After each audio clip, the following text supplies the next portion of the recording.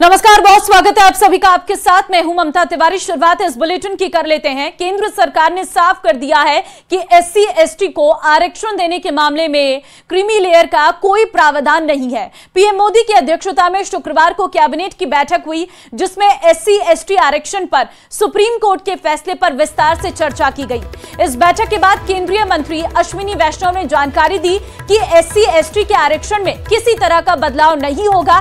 Supreme court ने अनुसूचित जाति एवं अनुसूचित जनजाति वर्ग के कोटे में कोटा दिए जाने को मंजूरी दी थी, जिसके तहत कोर्ट ने कहा था कि एससी एसटी कैटेगरी के भीतर नई सब कैटेगरी बनाकर अति पिछड़े वर्ग को अलग से आरक्षण दिया जा सकता है। तो कोई फेरबदल नहीं होगा, इस बात की जानकारी निकलकर सामने आई है। सरकार आरक्षण के पुराने फॉर्मूले के साथ ही काम करेगी।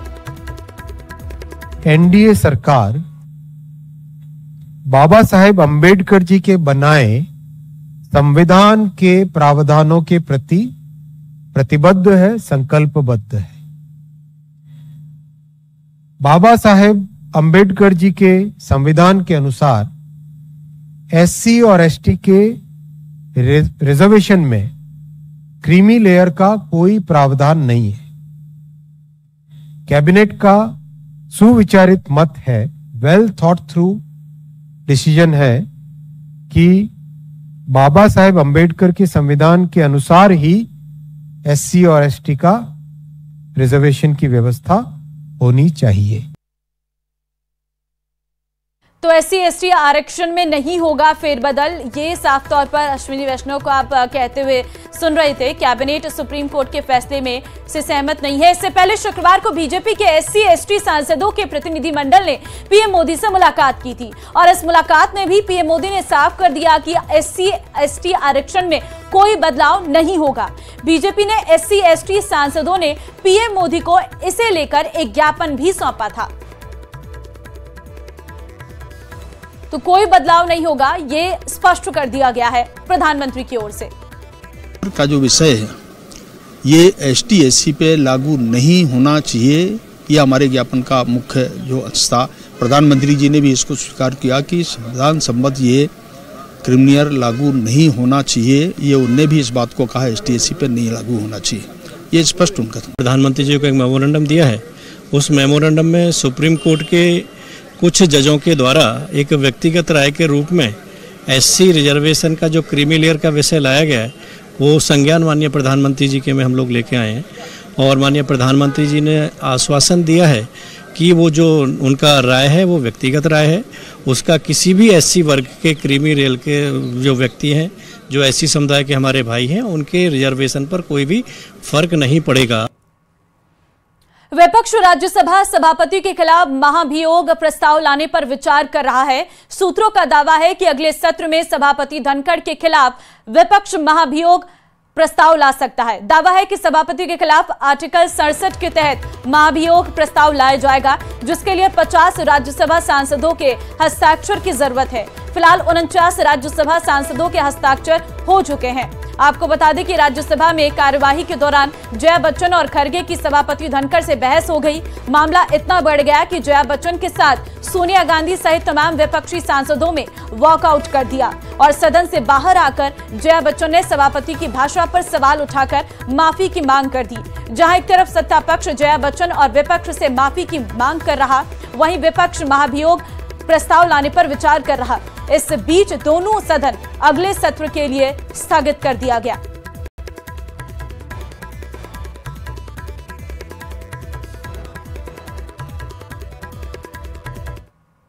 तो पेरिस में ब्रॉन्ज मेडल जीतकर लौटी भारतीय हॉकी टीम का भव्य स्वागत किया गया। एयरपोर्ट से बाहर निकलते ही खिलाड़ियों ने डांस भी किया, और इस दौरान खिलाड़ियों के स्वागत के लिए काफी संख्या में लोग पहुंचे हुए थे। भारतीय हॉकी टीम ने 52 साल बाद लगातार 2 ओलंपिक गेम्स में हॉकी का ब्रॉन्ज मेडल जीतकर इतिहास रचा है। हॉकी टीम ने ब्रॉन्ज मेडल मैच में स्पेन को 2-1 से हराया। हॉकी में ये भारत का चौथा ब्रॉन्ज मेडल है। इसके साथ ही भारत के नाम 8 गोल्ड और 1 सिल्वर मेडल भी है। इतना आप लोगों ने सबने प्यार दिया है हमें, वो हमारे लिए बहुत इम्पोर्टेंट है और ये स्पोर्ट आपकी हमेशा हमारे साथ रहे। यही आई थिंक काफ़ी इमोशनल मोमेंट था उनके लिए भी, और क्योंकि इतना समा उन्होंने जो हॉकी को दिया है, टीम को दिया है, आई थिंक वो बहुत बड़ी बात है। एंड लास्ट मैच खेलना और मेडल के साथ फिनिश करना, इससे बड़ी बात उनके लिए भी कोई नहीं है। तो हमारा यही था कि उन जो वो जा रहे हैं तो उनको अच्छे से भेजें, मेडल के साथ भेजें, और हम बहुत खुश हैं उनके लिए। बट ऑफ कोर्स अभी वो रिटायरमेंट दे चुके हैं, बट वो हमेशा हमारे साथ रहेंगे। पेरिस ओलंपिक्स में भारत को रेसलिंग में मेडल मिला है। रेसलर अमन सहरावत ने फ्री स्टाइल 57 केजी कैटेगरी में ब्रॉन्ज मेडल जीता है। अमन सहरावत ने प्यूर्टो रिको के डेरियन क्रूज को 13-5 से हराया है। अमन पहले दौर के बाद 6-3 से आगे रहे, फिर दूसरे राउंड में 7 अंक लेकर मैच पर अपना दबदबा बनाया। अमन सहरावत की इस जीत के साथ भारत के खाते में कुल 6 मेडल हो गए हैं। यही नहीं, अमन सहरावत के नाम एक और रिकॉर्ड बना है। अमन सहरावत भारत के ओलंपिक इतिहास में सबसे कम उम्र के मेडल विनर बन गई हैं।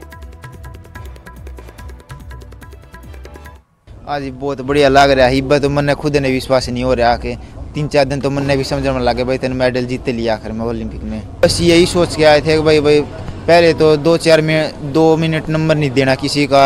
वो जो सेमीफाइनल में आ रहा था वो शुरू में जाते ही मतलब 4 नंबर से ले गई इतना बड़े कंपटीशन में, तो पजल हो गया भाई कैसे नंबर लूँ भी ओलंपिक में। ऐसे सब देख रहे हैं देशवासी, अब क्या करूँ क्या, मैं समझ में नहीं आया क्या करूँ।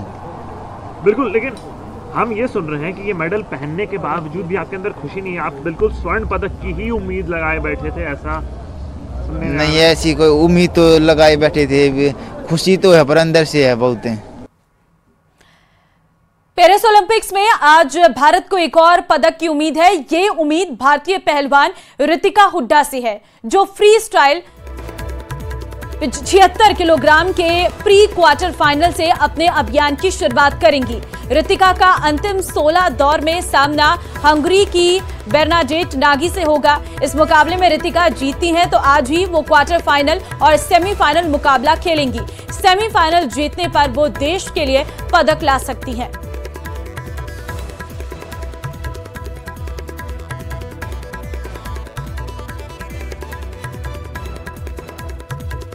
उधर देश की स्टार रेसलर विनेश फोगाट मामले में पूरे देश की निगाहें हैं खेल पंचायत न्यायालय के फैसले पर।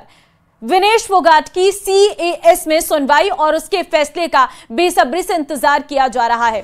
विनेश फोगाट ने पेरिस ओलंपिक्स 2024 से डिस्क्वालीफाई होने के बाद CAS से अपील की थी कि उन्हें सिल्वर मेडल दिया जाए। खबर है कि खेल पंचायत न्यायालय में सुनवाई के दौरान विनेश फोगाट की ओर से कई मुद्दे उठाए गए हैं, जिसमें कहा गया है कि विनेश ने कोई भी धोखाधड़ी नहीं की है, इसलिए उन्हें सिल्वर मेडल दिया जाए। इस मामले में CAS की तरफ से कभी भी फैसला आ सकता है। तो CAS का फैसले का इंतजार जो है आज सभी को है, और कितनी देर में ये फैसला आएगा इस पर भी सबकी निगाहें टिकी हुई हैं। आज प्रधानमंत्री नरेंद्र मोदी केरल के वायनाड जाएंगे, जहां जमीन खिसकने से प्रभावित इलाकों का दौरा करेंगे। प्रधानमंत्री तबाही का हवाई सर्वेक्षण करेंगे, जिसमें 400 से अधिक लोगों की जान चली गई। प्रधानमंत्री राहत और पुनर्वास की कोशिशों की समीक्षा करेंगे। प्रधानमंत्री दोपहर करीब 12:15 पर प्रभावित इलाकों का दौरा करेंगे। प्रधानमंत्री राहत शिविर और अस्पताल का भी दौरा करेंगे, जहां वे भूस्खलन के प्रभावित पीड़ितों और बचे लोगों से मुलाकात करेंगे और मिलेंगे, बातचीत भी करेंगे। और इसके बाद प्रधानमंत्री एक समीक्षा बैठक की अध्यक्षता करेंगे, जहां उन्हें घटना और चल रहे राहत प्रयासों के बारे में विस्तार से जानकारी दी जाएगी। 30 जुलाई 2024 को केरल के वायनाड जिले में भारी बारिश की वजह से जमीन खिसक गई, जिसमें अब तक 400 से अधिक लोगों की मौत हो चुकी है। अभी भी वहां राहत और बचाव का कार्य चल रहा है।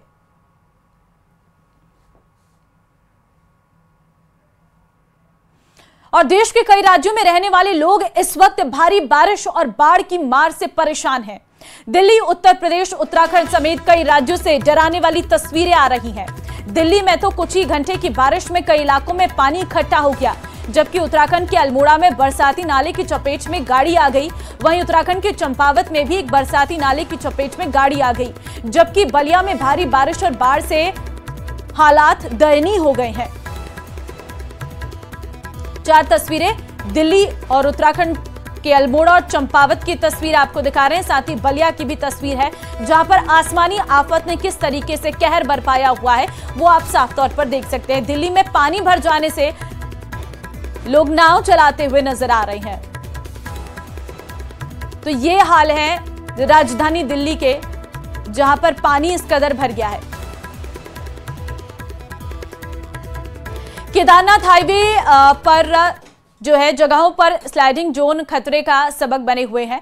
आज सुबह भी केदारनाथ हाईवे पर डोलियो देवी के देखते देखते विशालकाय चट्टान सड़क पर आ गया। गनीमत रही कि उस दौरान कोई गाड़ी या लोग नीचे नहीं थे, वरना बड़ा हादसा हो सकता था। आपको बता दें कि इस जगह पर पिछले कई महीने से इसी तरह भूस्खलन हो रहा है। हर रोज लोगों को जान जोखिम में डालकर आवाजाही करनी पड़ रही है।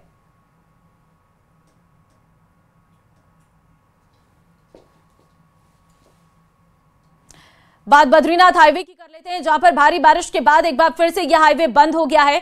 हाईवे गोचर कमेड़ा छिनका के पास मार्ग पर मलबा आने से बंद हुआ है और सड़क बंद होने से गाड़ियों की लंबी लाइन लग गई है, जिसकी वजह से बद्रीनाथ धाम और हेमकुंड जाने वाले यात्री रास्ते में फंसे हैं। तो वहीं ऋषिकेश और हरिद्वार जाने वाली यात्री भी सुबह से ही फंसे हैं। हालांकि मौके पर मशीन लगाकर हाईवे खोलने का काम लगातार जारी है। बताया जा रहा है कि दोपहर तक सभी जगह पर हाईवे खोल दिया जाएगा।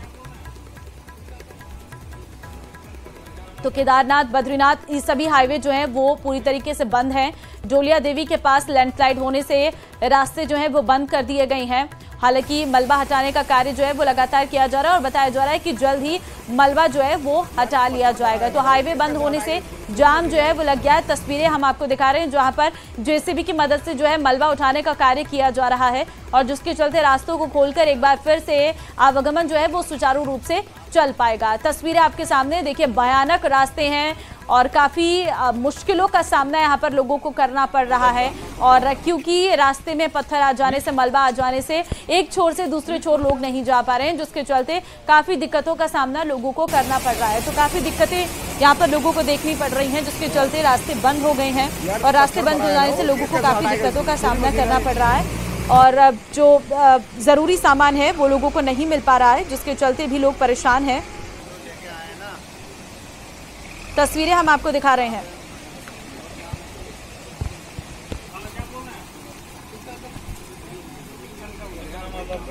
हिमाचल प्रदेश के किन्नौर से भी डराने वाली तस्वीरें सामने आई है। यहां लैंडस्लाइड के बाद पहाड़ से लगातार पत्थर नीचे गिर रहे। पत्थरों की बौछार होने से सड़क पूरी तरह बंद हो गई है। सड़क को खोलने की कोशिश की जा रही है, लेकिन पहाड़ से लगातार गिर रहे पत्थर के कारण परेशानी का सामना लोगों को करना पड़ रहा है। तो तस्वीरें आपके सामने, आप देख सकते हैं किस तरीके से पानी, जो पत्थर हैं वो लगातार गिरते हुए नजर आ रहे हैं और लोगों को यहाँ पर मुश्किलों का सामना करना पड़ रहा है। इस तरीके की तस्वीर पूरे पहाड़ में अलग अलग जगह से निकलकर सामने आ रही है और मुश्किलों का सामना लोगों को करना पड़ रहा है। फिलहाल ये तस्वीरें भी हम आपको दिखा रहे हैं जहां पर आप देख सकते हैं पत्थर गिर रहे हैं और पत्थरों के गिरने का सिलसिला ही लगातार जारी है। किन्नौर हिमाचल की तस्वीर है, उत्तराखंड की भी यही तस्वीरें हैं, लेकिन ये लोगों के लिए खतरा जरूर है, क्योंकि अगर यहाँ से आप गलती से भी निकलते हैं तो ये आपके ऊपर भी गिर सकते हैं।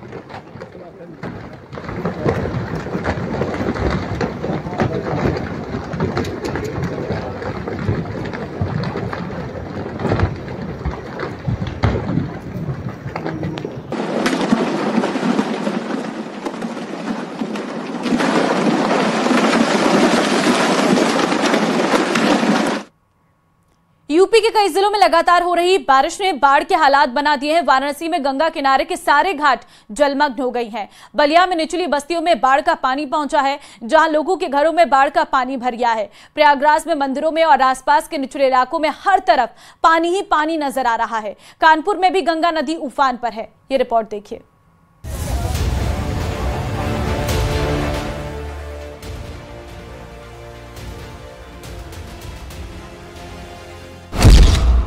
काशी में ये है गंगा का रौद्र रूप। गंगा नदी अब खतरे के निशान के पास बह रही है।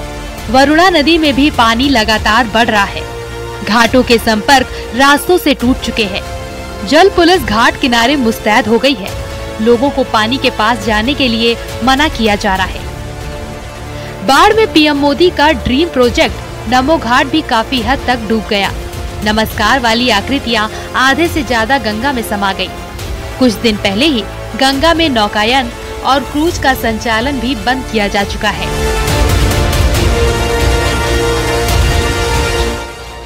गंगा के जलस्तर में हो रहे इजाफे की वजह से मणिकर्णिका, हरीशचंद्र घाट पर शवदा और दशाश्वमेध की गंगा आरती का स्थान बदला गया। जलस्तर बढ़ने से सभी घाट पूरी तरह से जलमग्न हो गए हैं। वाराणसी में रह रहकर हो रही बारिश से उमस से राहत तो जरूर मिल रही है, लेकिन सड़कों पर पानी जमा हो गया है। तेज बारिश के बाद काशी की सड़कों पर कई जगह पानी जमा हो गया। निगम का दावा था कि बारिश के पहले ही सीवर की सफाई कर ली गई है, लेकिन बारिश के बाद की तस्वीरें निगम के दावों पर सवाल खड़ा कर रही है। यहाँ बहुत दिक्कत हो रही है गाड़ी पार्किंग करने में, और यहाँ पानी पूरा हुआ है, पूरा गाड़ी पार्किंग करने में बहुत दिक्कत है। पौधा घंटा बरसा है, फिर उसके बाद दोबारा 10 मिनट बरसा है, मिला के 1 घंटा पानी बरसे हुए है।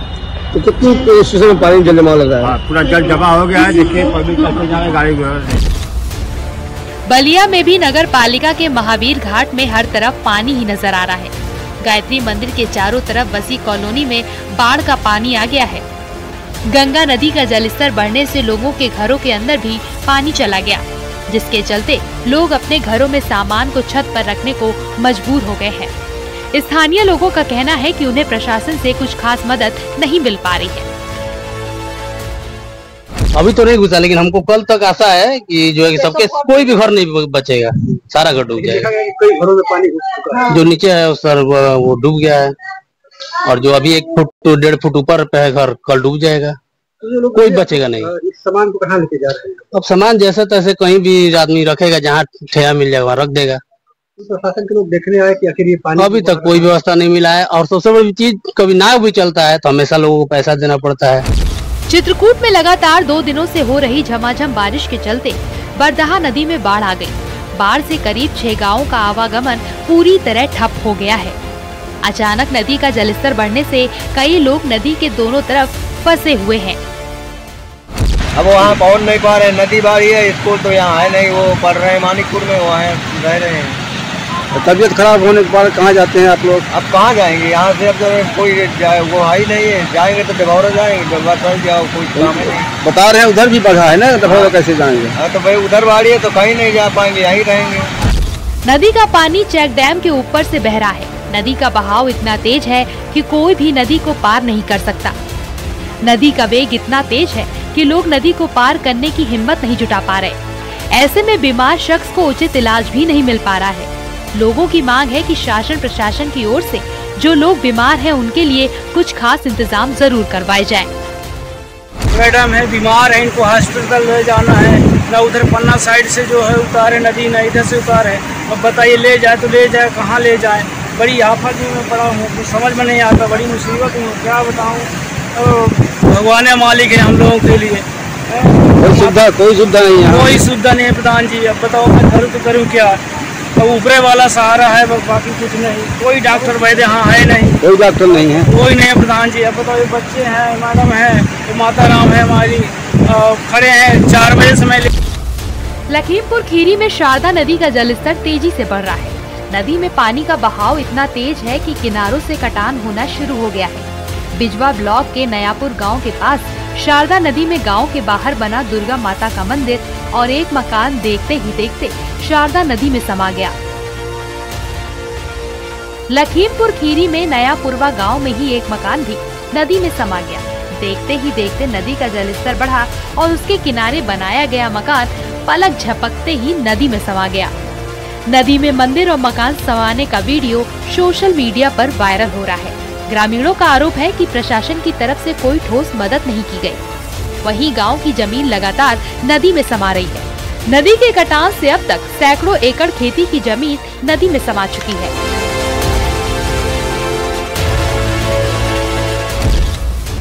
संगम नगरी प्रयागराज में गंगा और यमुना दोनों ही नदियां उफान पर हैं। दोनों नदियों का पानी अब निचली बस्तियों की तरफ बढ़ रहा है।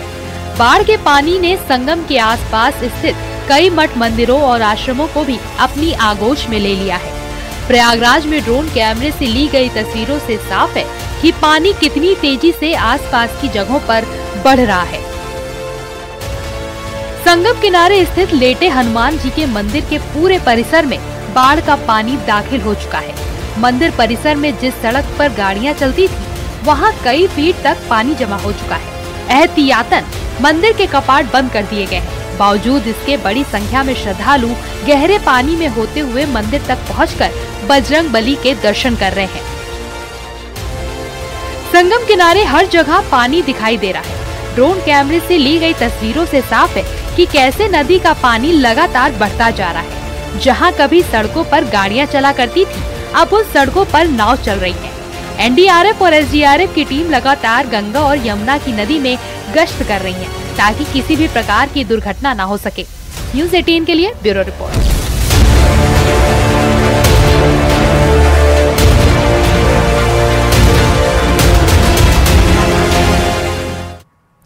दौसा से एक बड़ी खबर है, जहां पर मुरारी लाल बैरवा हत्याकांड का खुलासा हुआ है। पत्नी ने ही कराई थी पति की हत्या।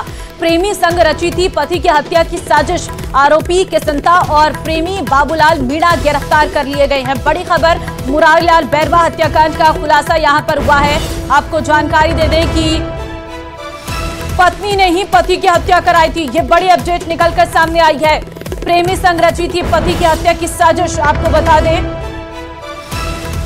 आरोपी किसनता और प्रेमी बाबूलाल मीणा गिरफ्तार कर लिया गया है। देखिए, पत्नी ने ही पति की हत्या कराई थी। प्रेमी के साथ मिलकर यह हत्या की साजिश रची थी और इस हत्या की वारदात को अंजाम दिया गया था। मुरारी लाल बैरवा हत्याकांड का खुलासा यहां पर हुआ है। प्रेमी बाबूलाल भी गिरफ्तार कर लिया गया है। पत्नी ने ही पति की हत्या की थी, ये जानकारी निकलकर सामने आई है। पूरा प्रेम प्रसंग से जुड़ा ये मामला जो है वो साफ तौर पर नजर आ रहा है, क्योंकि पत्नी ने पति की हत्या की प्रेमी के साथ मिलकर। संवाददाता आशीष इस वक्त हमारे साथ फोन लाइन पे है। आशीष, मुरारी लाल बैरवा हत्याकांड का खुलासा हुआ है। आशीष, आवाज मिल रही है? अजमेर वाले मटर के आगे। आशीष, आपको मेरी आवाज मिल रही है? लगता है आशीष से संपर्क नहीं हो पा रहा है। दोबारा से जुड़ने की कोशिश करेंगे, लेकिन फिलहाल ये अहम खबर आपको हम दे रहे हैं, जहां पर दौसा से बड़ी खबर है। मुरारी लाल बैरवा हत्याकांड का खुलासा हो गया है। आरोपियों की पकड़ के लिए लगातार पुलिस अभियान चलाई हुई थी, लेकिन आरोपी घर के भीतर के ही निकले। पत्नी ने अपने प्रेमी के साथ मिलकर पति की हत्या की, मौत के घाट उतार दिया गया। फिलहाल अब दोनों से ही पूछताछ की जाएगी। संवाददाता आशीष इस वक्त हमारे साथ हैं। आशीष, जानकारी दीजिए, मुरारी लाल बैरवा हत्याकांड का खुलासा हुआ है। बिल्कुल, 20 मई को नेशनल हाईवे 21 पर सड़क के किनारे एक शव को मिला था, जिसका सिर कुचला हुआ था। पहले ये दुर्घटना नजर आ रही थी, लेकिन पुलिस ने जब इसकी गंभीरता से जांच पड़ताल की, क्योंकि यहाँ पर शव के पास में टायरों के निशान मिले थे, ऐसे में ट्रक चालक को तलाश किया गया। तो ट्रक चालक के बाद में पता चला कि ट्रक चालक बाबूलाल मीणा और मृतक का मुरारी लाल मीणा, उसकी पत्नी के बीच अवैध संबंध थे, और इसी के कारण दोनों ने मिलकर यह हत्याकांड को अंजाम दिया है। मृतक की जो पत्नी थी किसनता, उसी के कहने से ये ट्रक चालक ने इसके ऊपर ट्रक चढ़ाया था और उसके बाद में हत्या की थी। दोनों पति पत्नी के रूप में रहना चाहते थे, इसी कारण जो मुरारी लाल बैरवा है उसको हत्याकांड किया गया है। पुलिस ने खुलासा कर दिया है, क्योंकि हत्या करने के बाद जो ट्रक चालक था, उसने अपनी प्रेमिका को टेक्स्ट मैसेज के जरिए जानकारी दी थी कि उसने उसके पति को मार दिया है और अब दोनों साथ साथ रहेंगे। इस तरह की जानकारी टेक्स्ट मैसेज के जरिए दी गई थी। जब पुलिस ने सभी सबूत एकत्रित किए, उसके बाद में दोनों को गिरफ्तार कर लिया। ऐसे में प्रेमी और प्रेमिका दोनों गिरफ्तार हो चुके हैं। और जो मुरारी लाल का 20 मई को हत्याकांड हुआ था, उसका सिकंदरा थाना पुलिस ने खुलासा किया है, क्योंकि बिल्कुल आरोपी घर के भीतर के ही निकले हैं। बहुत धन्यवाद आशीष आपका तमाम जानकारी देने के लिए। और अब खबर अजमेर से आपको देंगे। वरिष्ठ अध्यापक भर्ती परीक्षा 2022 5 लाख देकर परीक्षा में डमी अभ्यर्थी को बैठाने वाला आरोपी गिरफ्तार। हिंदी लेक्चरर भर्ती में आरोपी ओम प्रकाश ने बैठाया था डमी अभ्यर्थी। पुलिस ने मूल अभ्यर्थी ओम प्रकाश को किया गिरफ्तार। आरोपी से पूछताछ के बाद किया जाएगा कोर्ट में पेश। अजमेर पुलिस ने डमी अभ्यर्थी बैराराम को पहले ही कल गिरफ्तार कर लिया था। आरपीएससी की ओर से दस्तावेज जांच के दौरान पकड़ा गया था डमी आरोपी। डमी अभ्यर्थी बैराराम फर्स्ट ग्रेड टीचर भर्ती का टॉपर था। तो बड़ी जानकारी इस वक्त आपको हम दे रहे हैं। डमी अभ्यर्थी भैराराम को पहले ही कर लिया गया था गिरफ्तार।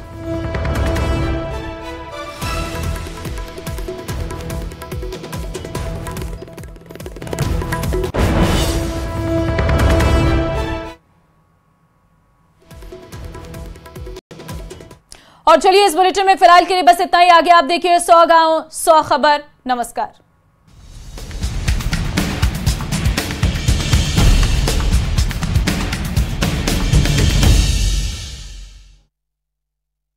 करो